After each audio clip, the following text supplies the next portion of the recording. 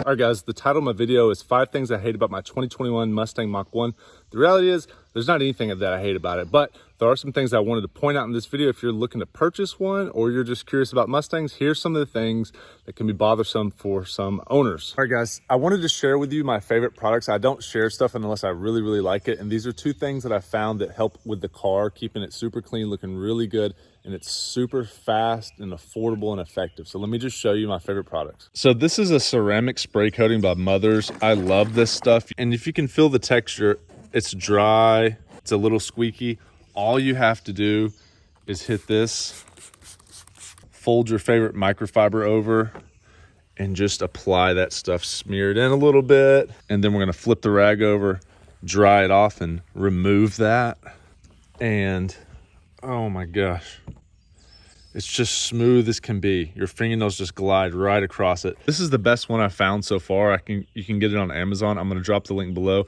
You guys try it out, let me know what you think. My next favorite item that I found is this rubber care by Aero Cosmetics. I'll drop the link below as well for this. I'll use this on the vinyl here.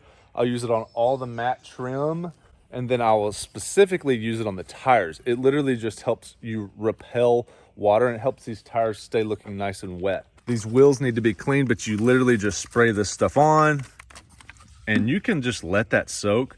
I specifically like this stuff for the Land Cruiser. It doesn't give you a wet tire look. It gives it kind of a matte finish, and it helps just keep the tires looking new. And for the matte stripe, I definitely use this stuff.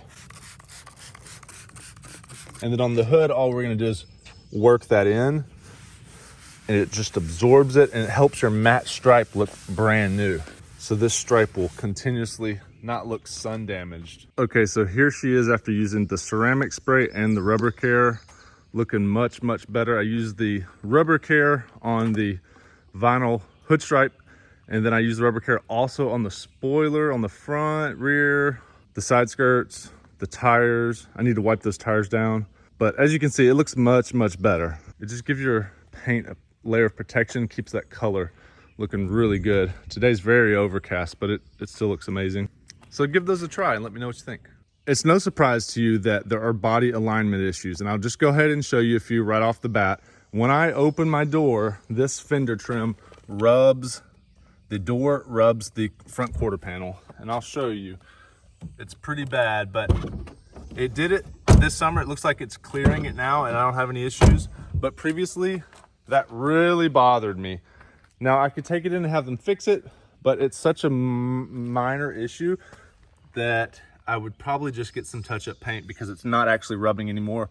But if you're considering buying a Mustang, you want to look at things like, if you can see back here, this sticks out just a millimeter more than this, and then this sticks out just a little bit. It needs to be pushed in to about right there for it to be perfect. And from far away, no one's gonna notice this.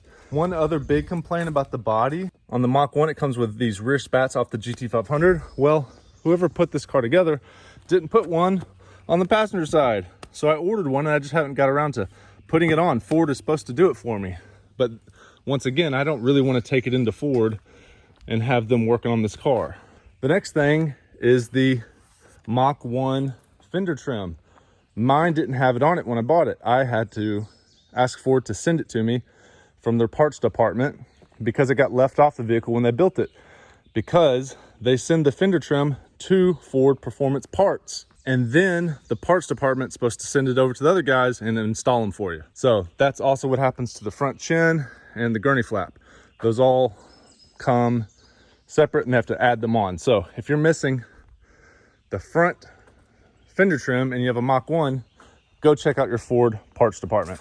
So for the exterior of the car, fender trim not being installed from the factory, body panel alignment issue, lastly, rubbing door to quarter panel. And honestly, I like this car so much that none of that stuff actually bothers me. If I'm going to be very particular, there are some fish eyes in this paint right up here. It's probably not going to be able to pick them up in the camera. I don't think this car's been wrecked, but there are some fish eyes right here on the paint. I don't think you're going to be able to see them with this lighting, only a paint person would really even notice that, because generally speaking, this car just looks amazing. So that's the exterior. There are going to be some things, like I just noticed a rock chip, and that's because you have 305 front tires, and it came with the factory Cup 2s, and those are going to sling rocks up onto your car. So you might get some rock chips here, and you're definitely going to get some rock chips here. And you can prevent that by applying 3M adhesive. And that's part of the reason why these fender trim pieces are so important, to prevent rock chips. But it's not as noticeable with the Pilot 4S's on there compared to the Cup 2s. So that's primarily the exterior paint and body type stuff. Next is going to be the tires. The tires only lasted 4,500 miles on the front, 5,000 miles on the front. The passenger front had wires showing on the inside.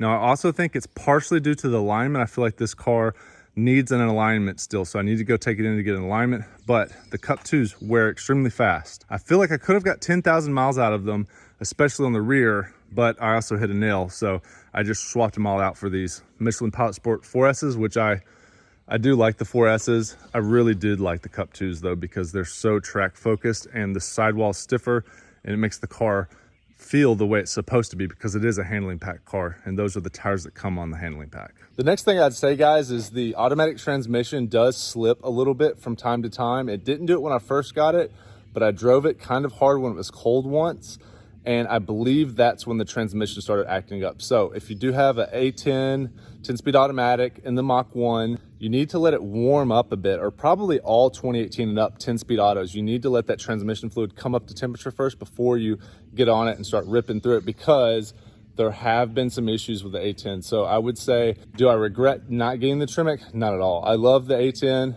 It would be fun to drive a Tremec and see the differences, but I've driven manual transmission cars for over 20 years, and I just wanted to try the 10-speed Mustang because I had already experienced the MT82, and I just wanted to try the 10-speed because I hadn't owned one yet. And me coming up in the Fox bodies with a 4-speed automatic AOD to a 10-speed, that's such advanced technology that I wanted to try it out just for fun and see how it would feel, because 480 horsepower with a 10-speed automatic and that acceleration just sounded fun to me. So generally speaking, the transmission's been really good, but I have noticed it being a little clunky, and it occasionally slips a little bit and forth. It's not exactly 100%. So I need to let them inspect the transmission, and then also make sure that the computer is properly flashed to the current updates. I mean, guys, if we're really gonna be nitpicky, I would say the wheels need to be cleaned frequently, but I just am not going to get down there and clean them right now. But these wheels do get dirty fast, and it's the reason why is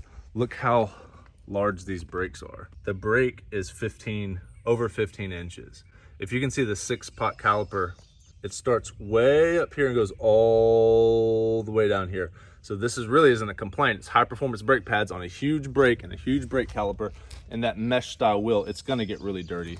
Honestly, guys, I have a hard time finding 5 things that I hate about this car, because there's not 5 things there's not actually anything that I hate about this car.